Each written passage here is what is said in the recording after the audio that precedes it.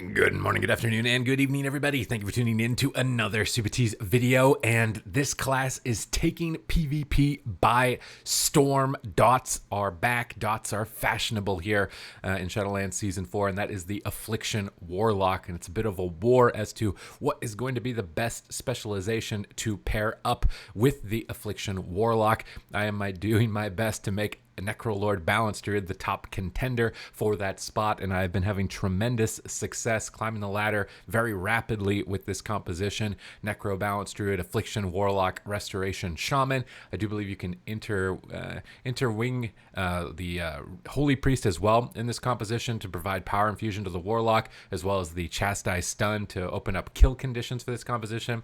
This is a comp that focuses on keeping damage over time effects on as many targets as possible and pulling enemies into bad positions and making swaps depending on their positions. And this is a strategy that will work pretty much with any Affliction Warlock composition, and I'm going to be running you through it in this video specifically as well. So our main goal, Moonfire, Sunfire, and we want Adaptive Swarm onto the primary kill target. With melee classes, we're going to be utilizing Thorns as well, so using our Adaptive Swarm on the Demon Hunter while Thorns is active on the target they're hitting is going to do a lot of damage to that target specifically, but we also want to be aware of enemy healers with melee cleaves. If we can get them out in the middle of the map, it's a perfect opportunity to swap to them in a bash into a Mortal Coil. This is an extended crowd control chain that can completely KO a healer, especially if they're already behind from trying to heal their allies.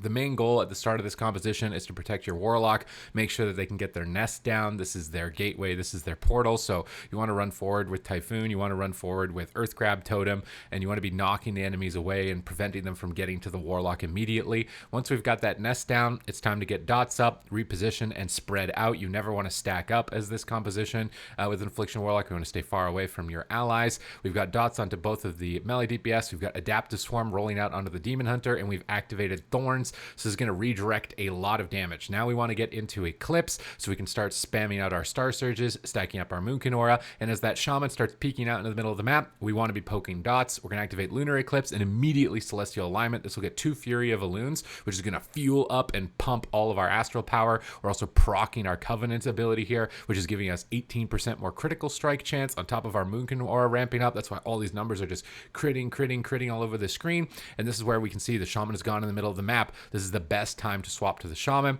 so we're going to use a bash onto the Shaman, dump as many Star Surges as we can, and this is going to get Trinket Astral Shift.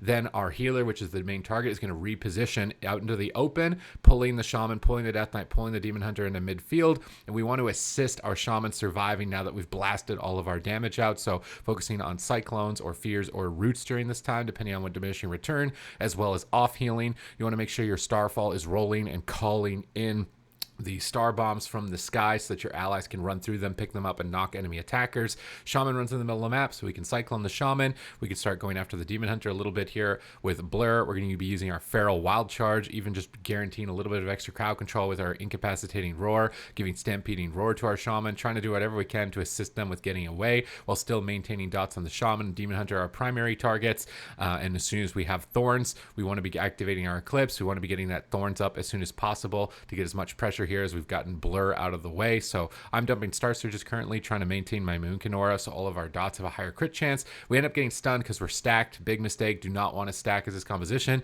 but as we've got our Thorns active onto the target, they're going to start to get heavily pressured. Shaman has to Battle Master in the back line just to a couple of dots. We can see the Shaman at 50% HP at this point, so if there's any disruption here onto the enemy Shaman's casts, if we can land a spell lock, if we can chain that into a coil, like the Shaman will just immediately fall over. And I'm still honestly standing a little bit too close. I think I wanted to be nearby for a Spirit Link at this time, but standing this close means you're going to get interrupted a lot. We land a Fear onto the Shaman, so we're going to Cyclone the Death Knight, and the Shaman gets feared out in the open, so we're just going to toss the Star Surge over to the Shaman. Now they're panicked. They're going to pop Ascendance to try and recover. We can switch back to the Demon Hunter, who has now activated Blur, so we're likely going to want to Cyclone defensive cooldowns, so we're going to Cyclone that Blur, so it's not getting any value in reducing damage and not giving time for the Shaman to recover.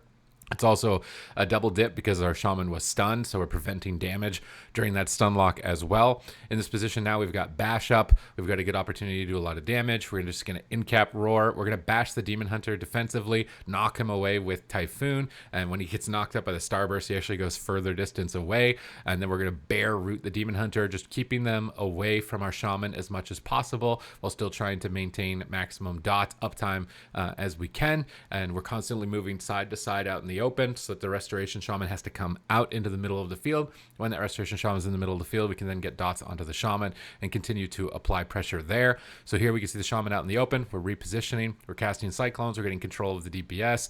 Then we decide to go for a cyclone onto the shaman as we've got thorns. So utilizing thorns here while the shaman can't heal onto the shaman is going to be a good maneuver. This is going to put a ton of pressure onto the demon hunter and the death knight specifically. We're also going to toss some heals out as our shaman is in a stun and let our dots do most of the damage while we can support our healer with regrowths and cyclones.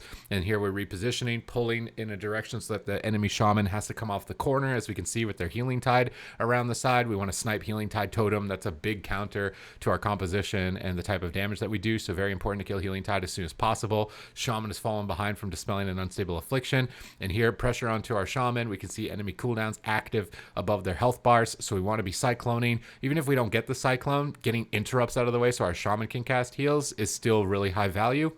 We get put into an imprison here. We get dispelled.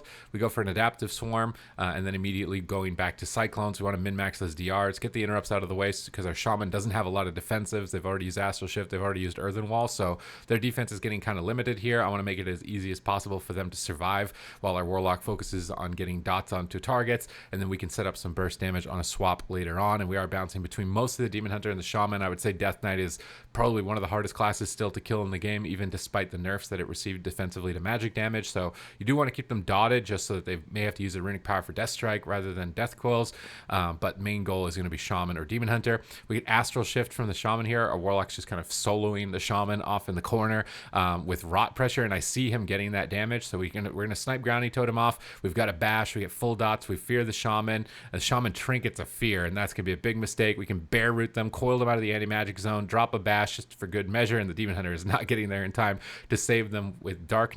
And they can always get caught off guard with this composition because you're able to do damage in multiple locations, which is what's so fun about it. A lot of other compositions are just stuck on kind of like tunneling one target, but this comp always leaves you open for viable swaps, opportunities to go after different targets, which I really like because it plays more into kind of improvising with the game and trying to punish enemy positioning rather than following along with a script and tunneling down CC that's very organized and used the same way every time. So if you're looking for a more chaotic experience, doing massive amounts of damage and having swap opportunities and having a good time climbing the ladder, this is definitely an archetype of composition that you need to be checking out. Pick yourself up an Affliction Warlock, get one from LFG, and give it a go. Other than that, thank you very much for watching the video. If you like this type of video, if you like content, news, updates, and entertainment, then please hit the subscribe button. It's just going to let you know when my content goes live, and I am working diligently to try and get to 100,000 subscribers, a long-term goal of mine, and I would appreciate your support along in that journey. So thank you once again, and I will see you in the next video.